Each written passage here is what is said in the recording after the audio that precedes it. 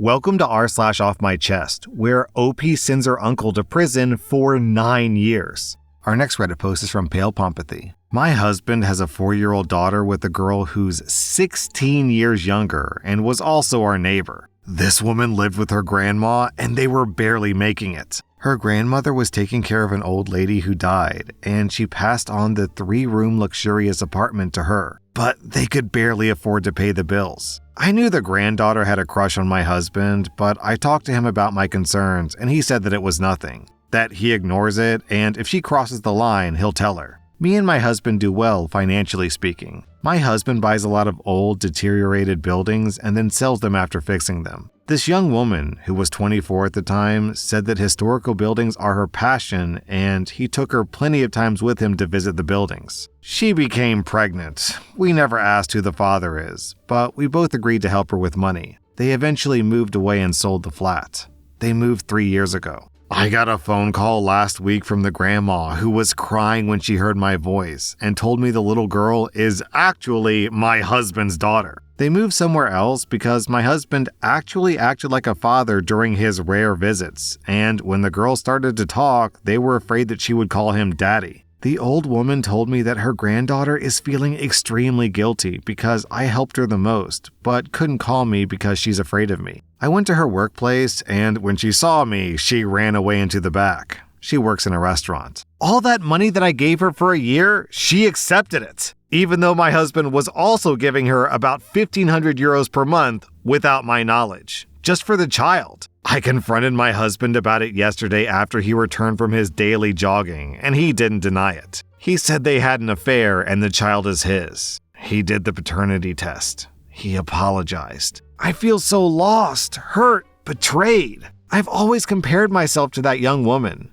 She was and is extremely beautiful. And my husband is also lean and tall, and I gained weight. I feel like I want to dig a hole and jump in. I feel like a clown. OP, I definitely feel sympathy for you. You're certainly the victim here, but I cannot believe that you fell for the historical buildings are my passion line. And the husband says, oh, let me just take this single young woman who has a crush on me to abandoned buildings where only I have the key to get in, and I'm just going to show her around so she can look at the copper wiring because she's very interested in the copper wiring, sweetie. You know, I don't want to be too harsh on you, OP, but how could you have fallen for that? Please! Our next Reddit post is from OK Big. I accidentally put my sister's dildo in my mouth multiple times. Okay, I know the title is actually kind of insane. When I was younger, around 5 years old, there was always this pink thing stuck to the wall in my sister's bathroom. Like, I didn't know what it was, obviously, but it looked like it was shaped like a shoe. It was almost transparent and it was silicone.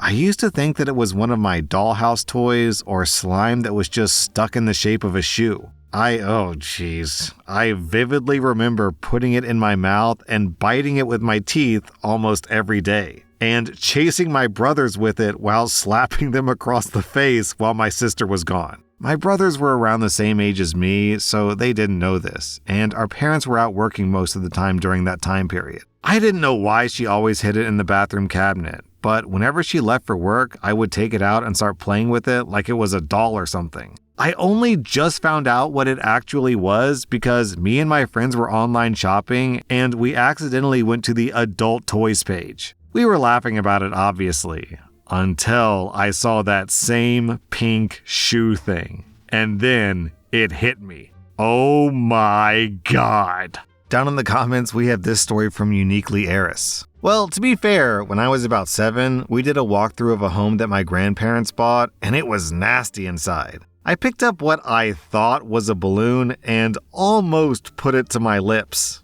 I know, I was a dumb kid. But my dad saw me and slapped that thing out of my hands. Now looking back, I know exactly what it was. Then we have this story from Throwaway Splittin'. When I was about 9, I used a porta potty at my local sports field. When I got out, my dad asked me if I would like to use his water bottle to wash my hands, to which I proudly replied that I did wash my hands with the soap in the porta potty. He was very confused and asked what I meant. I said, that bar of soap in the little sink next to the toilet. His face fully drops. That wasn't soap, It was a urinal cake.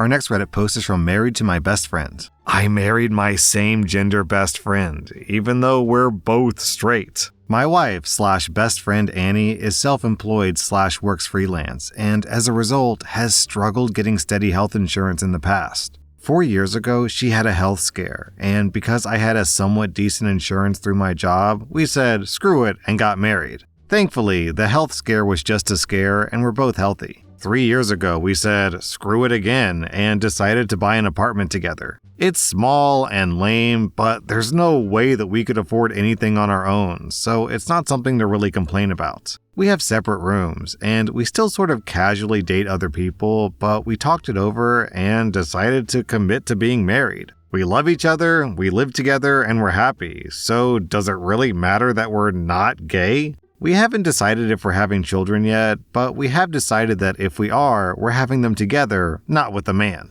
Everyone in our life is really confused about our marriage, and I guess to some extent, so are we, but this seems like a don't fix what ain't broke situation. I don't know what it means to be platonically married, but I know that we're not gay, but we're also more than friends. I've honestly never been this happy my entire life, and the love that I have for this woman pales in comparison to the way that I felt with my boyfriends in the past. And before the best pal jokes start pouring in, I've never in my life been sexually aroused by a woman, and I very much find men hot. I guess this is just my public service announcement to all of you that you can live life however you want, and there's no universal formula for a good life. You know, honestly, I feel like this is going to become increasingly more common just because things keep getting more and more expensive, and that's the whole story. Just every year, things get a little bit more expensive and people make the same amount of money. So I feel like we're going to see a lot of straight people becoming married as gay people and becoming roommates just because, the alternative is like homelessness. Our next Reddit post is from Independent Chip. In September 2021, I was in a horrible car accident. I was T-boned by someone running a stop sign, and I broke my back. The likelihood of walking again was low, but a year and a half later, I was able to walk with a walker. I still walk with a walker, but sometimes I can use a cane. I'm only 30 years old. Unfortunately, I can no longer get an erection due to the location on my spine that was damaged. I've tried therapy and nothing works, and likely never will be able to again. My wife is an absolute sweetheart. She cared for me while I was in the hospital and well after, even though she was pregnant at the time of my crash. For a while after my accident, we coped with just using toys and whatnot to please her, but she confided in me in 2023 that it was taking a toll on her. She's always been a hypersexual being, so not getting to actually passionately hug was destroying her mental health, which I totally understood. I felt like a failure for not being able to do what she needed me to do. We talked about options for a while and finally decided on letting her essentially have a hall pass. The rules are that she has to find a consistent long-term partner. The man must be drug and disease-free with proof, and he must be respectful of our situation, and he must wear a condom. She found mutual attraction with a guy earlier this year, and their situation lasted about 3 months. She then moved on to another man over the summer, and he's been her consistent friends with benefits ever since. He'll usually come over every other weekend or once a month if we're all too busy. He's really respectful to me. It's not a bad setup either. It's mostly just business when he's over. He doesn't stay longer than he needs to, they go to the guest bedroom, do the deed, and he's gone within 30 minutes, usually. Sometimes he'll stay for dinner because having a friendly relationship with him is the best thing for all of us too. I know that I'll get absolutely roasted for this confession, but I don't care. I've never gotten to reveal this to anyone, so it's nice to get it off my chest. I'm just happy to see my beautiful, sweet wife find some pleasure again. Our next Reddit post is from Dumb Brat Baby. I come from a pretty unsavory family, and my uncle is a known drug dealer. He never hid this fact and would openly blow a couple of lines in front of us as kids. He lived at his parents' house, so whenever my mom took us to stay at my grandmother's home, I would bum a couple of smokes off him. He never noticed, probably because we didn't visit all that often and he was never sober. You'd think a drug dealer would have had a lock, but he didn't. He was just incredibly bold and never hid what he was doing. On one visit, I had plans to go out for the night, and I wanted a little hit of something. He had just driven off, so I went into his room to pinch some weed for the night. His laptop was closed but switched on, and because I'm a nosy person, I opened it up. I saw an adult video playing from a website that I didn't recognize. Both people in the video seemed familiar, so I kept watching. A girl was giving a guy oral, and at first, neither of their faces were visible. I kept watching, and eventually some light hit the girl's face, and I was able to place her as a 13-year-old who lived on my 35-year-old uncle's street. The very girl that I was going to the park with tonight. Another tab was already open on my uncle's laptop, so I clicked on that. It was a bunch of files, some with my uncle's name and various other girls on them. Some were numbered. I clicked on the files with the names, and it was all girls who barely looked like they were old enough to be teenagers. The 13-year-old girl I mentioned was in there several times. The numbered ones were random indecent pictures of children. There seemed to be thousands of them. Shocked with the discovery I'd made, I waited until me and the girl went to the park to confront her. She confessed instantly, breaking down. She told me it initially started because he promised her some money to buy a new phone, and then he began to threaten to post the videos online if he told anyone, so she stayed silent. When I told her the videos were already online, she cried. I'd been mulling on this for the past few hours, and I told her my plan to report the crime anonymously and for her to call in and share her testimony as a victim. She was game, and that's what we did.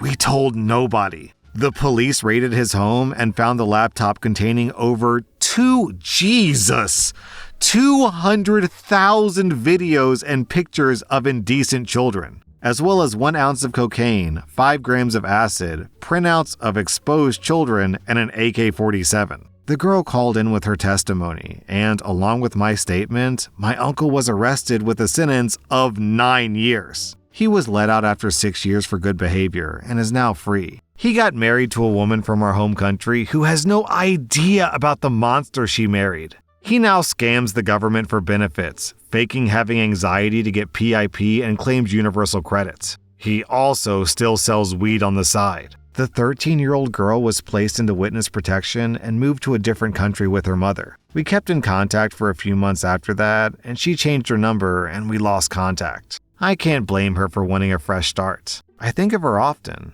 I hope she's doing okay. Everyone in our family still talks to him because they think that he's reformed. He's visiting our home tomorrow. He also has no idea that it was me who discovered him and ratted him out. He thinks it was one of his drug rivals. He still puts his hands on me and acts playful, and I have to act like I care about him. I'm a 20-year-old woman now, and I despise my uncle with every inch of my being. I will never regret what I did. Nobody knows about my secret, aside from his victim and one other friend. And also you, Reddit. Our next Reddit post is from Cold Helicopter. I was removed from my mother's care when I was 11 years old due to allegations of sexual assault posed against my stepfather. He was convicted of those crimes, but took a plea deal, which meant that he'd be out by the time that I was 13. And from what I can remember, I don't even know if he served those 2 full years anyways. I was his primary victim. I don't remember how old I was when it started, but the earliest he admitted to was when I was 8. I don't know if my mom knew before Child Protective Services got involved or she found out afterwards, but now I don't think it would have mattered to her if she was aware. After being put into temporary custody of the state while the legal issues were sorted out, eventually I was placed with a relative and her husband. They later adopted me when it was clear that my mother would not be getting me back. My adoptive parents put me into therapy, got me the help I needed, did everything they could to make me feel safe again. Something they never prevented me from was speaking to my mother. I was always able to call or text her, and she was always allowed to come visit me, but I could never go and see her. I didn't really question it as a kid. I assumed it was some stipulation the courts made. I believed growing up that the reason my mom hadn't gotten me back was because of neglect, I guess. I assumed that the court thought that it was partly her fault that I had been left unattended with that man so often, or that it took someone else noticing that I was physically injured for something to be done about it. My adoptive parents never challenged these assumptions that I had, and they always told me that they would never stop me from having a relationship with my mom so long as that's what I wanted. Once I turned 18, my mom and I started talking more frequently, but we didn't see each other in person often. I never really thought about it much at first, but as the years went by, I started questioning the circumstances of my removal and subsequent adoption. I was confused as to why a woman with no prior issues with the law would have had her child taken away from her in such a cut and dry way. I decided to ask my adoptive parents about it, and they very gently informed me that my mother was told that in order for her to regain custody of me, her husband, my abuser, would be required to leave the home and could not under any circumstances come near me.